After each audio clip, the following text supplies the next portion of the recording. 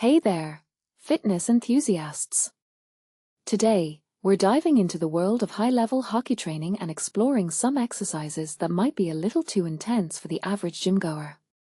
Now, I'm not talking about your everyday workout routine here. We're talking about the kind of training that NHL players undergo to become the fastest, strongest, and most durable athletes on the ice. So, buckle up as we explore these intense training methods and discuss why they might not be the best fit for regular folks like us. First off, let's talk about the importance of foundational work. When it comes to hockey training, it's all about building a solid base.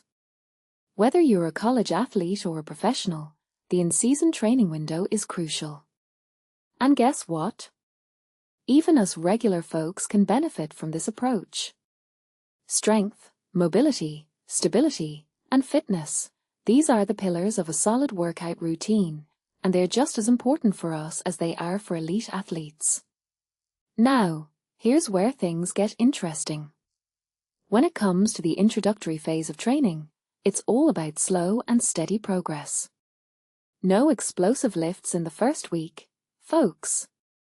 Why? Well, because we need to remodel our muscles, tendons, and ligaments first. It's like building a house. You need a strong foundation before you can start adding the fancy decorations. So, for the first 3 weeks, it's all about controlled movements and lower weights. Think squats, deadlifts, and chin-ups, but with a focus on form and technique. But here's where it gets tricky for us regular folks. See, hockey players have a unique stance on the ice, which means their lower back takes a beating. So, when it comes to lower body exercises, they often opt for single-leg split squats over traditional back squats.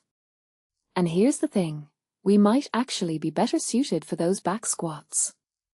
Our everyday stance isn't as forward-leaning as theirs, so we can handle the back squat with a bit more ease. But hey, that doesn't mean we should skip the split squats altogether. They're still a great way to build strength and stability.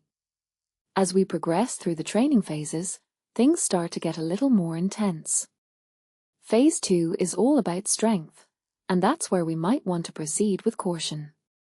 You see, some of the exercises in this phase involve something called tempo lifting. Now, I'm all for challenging myself, but holding a split squat for 3 minutes? That's a whole new level of torture. And that's just the beginning. By phase 3, we're talking about sprinting, sled sprints, and even using specialized equipment like the 1080 sprint. Now, I've never seen one of those at my gym, but I can only imagine the kind of workout it provides. But here's the thing, these advanced exercises are specifically designed for elite athletes. They're chasing speed and power, and that's not necessarily our goal. For us, deceleration might not be as much of a priority as it is for a hockey player streaking for the post. So, while we can certainly strive for speed and power, we need to do it safely. And that's where the expertise of a good trainer comes in. They can guide us through a workout routine that's tailored to our goals and abilities, without putting us at risk of injury. So, what's the takeaway here? Well, personally, I think it's all about finding the right balance. We can certainly take inspiration from the training routines of elite athletes, but we need to adapt them to our own needs and abilities. For most of us, staying in the foundational phases of training is perfectly fine.